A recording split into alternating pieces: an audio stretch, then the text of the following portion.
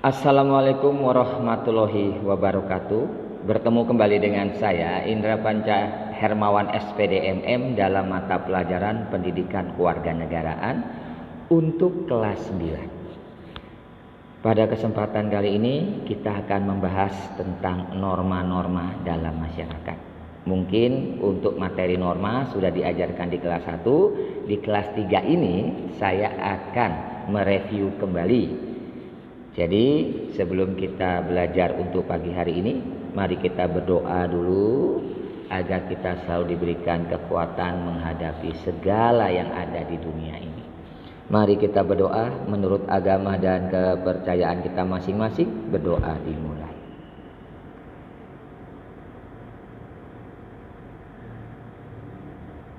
Berdoa selesai.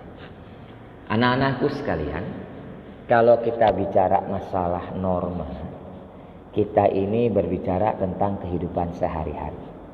Baik, kita akan mulai tentang norma. Ya, norma itu ada 4. Ada norma agama, norma kesusilaan, norma kesopanan, dan norma hukum. Jadi untuk pertemuan kali ini kita hanya membahas tentang norma dulu. Nanti tentang kebiasaan, adat istiadat itu nanti akan kita bahas di minggu berikutnya. Baik. Kalau kita bicara norma, ya. Norma itu pengertiannya adalah aturan. Kemudian di norma itu ada petunjuk, larangan, dan sanksi. Tujuan dibuatnya norma itu adalah untuk menjaga ketertiban di dalam masyarakat. Yang pertama, norma itu ada aturan. Yang kedua, norma itu ada petunjuk, larangan, dan sanksi. Yang ketiga, norma itu untuk menjaga ketertiban di dalam masyarakat. Kita membahas norma yang pertama. Kalau kita bicara norma, ya, pengertiannya, ini saya ulangin dulu ya pengertiannya ya. Norma adalah tata aturan atau peraturan yang berisi perintah dan larangan. Norma atau kaidah juga dapat dinyatakan merupakan patokan atau pedoman untuk bersikap dan bertingkah laku. Dan bagi orang yang melanggarnya dikenai sanksi. Tolong itu diingat. Ya, contoh kalian di sekolah. Di sekolah juga punya aturan kan.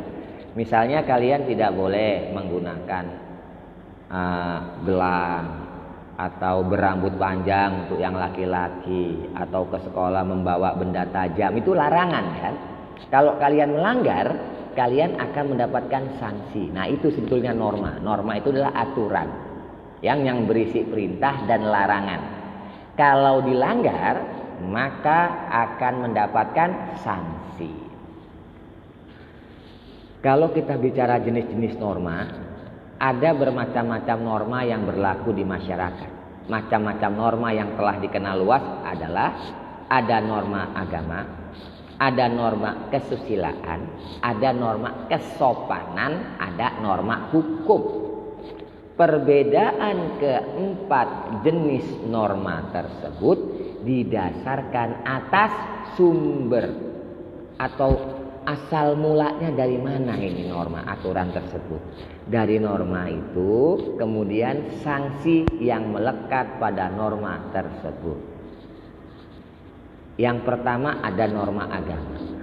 Norma agama merupakan peraturan hidup berupa perintah, larangan maupun anjuran yang sumbernya langsung dari Tuhan Yang Maha Esa.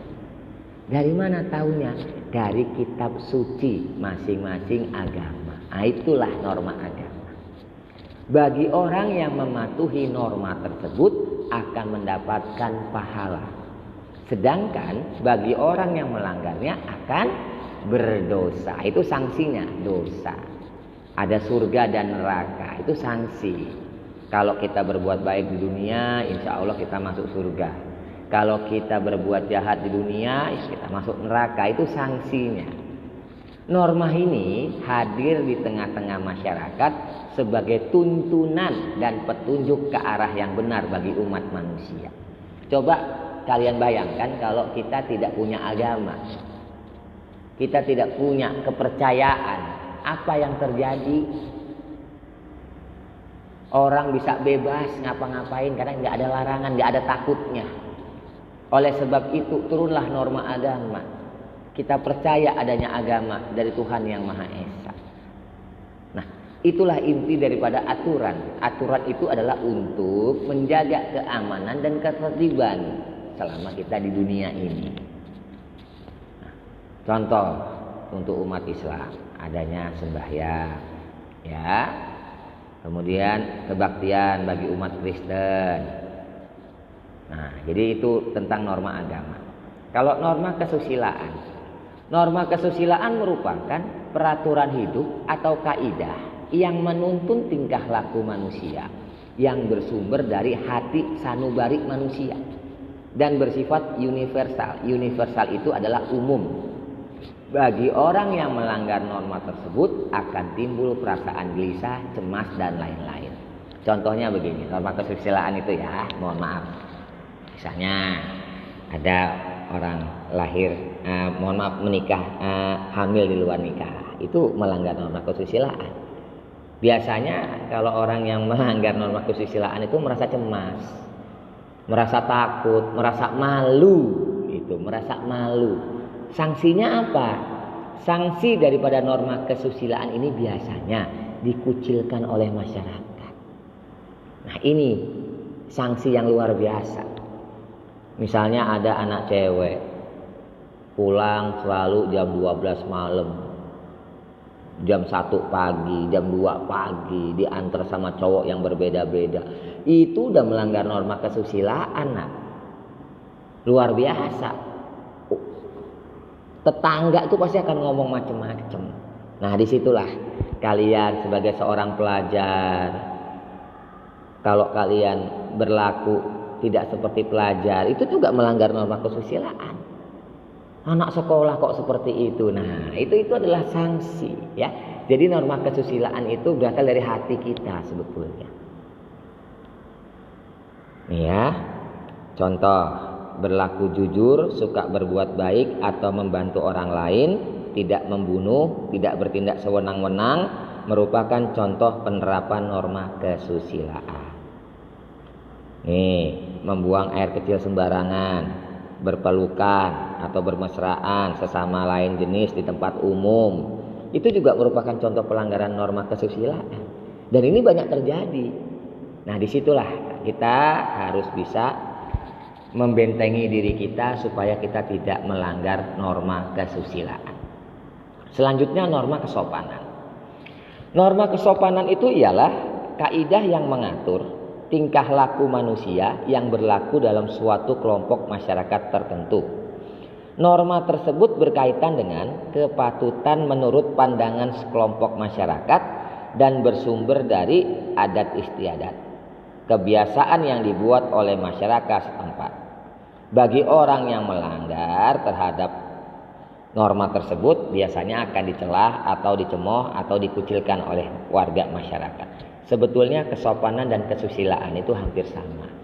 Tapi kalau kesopanan itu contohnya gini, misalnya kamu ada orang tua, siapapun itu orang tuanya, terus kamu ngomongnya lu gua, terus ngomong bentak-bentak orang tua, nah itu udah melanggar norma kesopanan.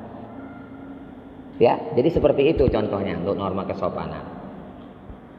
Mengetuk pintu, mengucapkan salam ketika bertamu, itu merupakan penerapan contoh norma kesopanan. Kamu bertamu ke rumah orang, nggak ngetok pintu, asal nyelonong aja masuk ke dalam rumah, kamu itu udah melanggar norma kesopanan. Nggak dibilang maling aja udah untung kamu.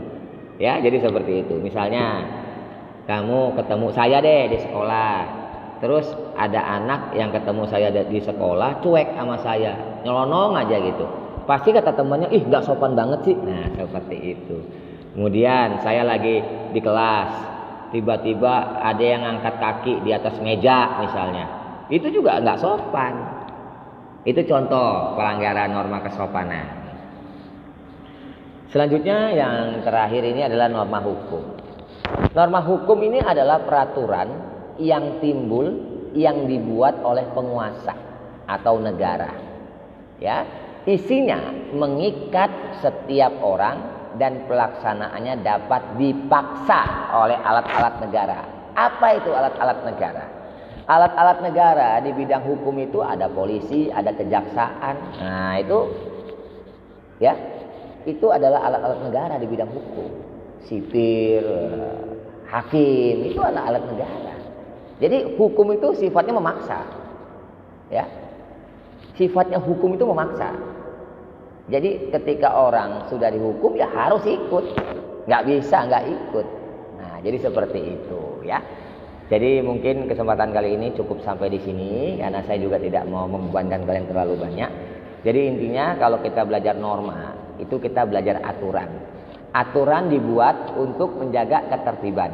Apabila aturan itu dilanggar maka akan mendapatkan sanksi. Itu aja sih intinya. Baik, terima kasih banyak. Mudah-mudahan semuanya selalu sehat. Jangan lupa untuk kalian absensi dan juga untuk mengerjakan tugas yang saya berikan. Baik, terima kasih banyak. Semoga selalu sehat. Jangan lupa tetap laksanakan protokol kesehatan. Baik, terima kasih. Assalamualaikum warahmatullahi wabarakatuh. Selamat pagi.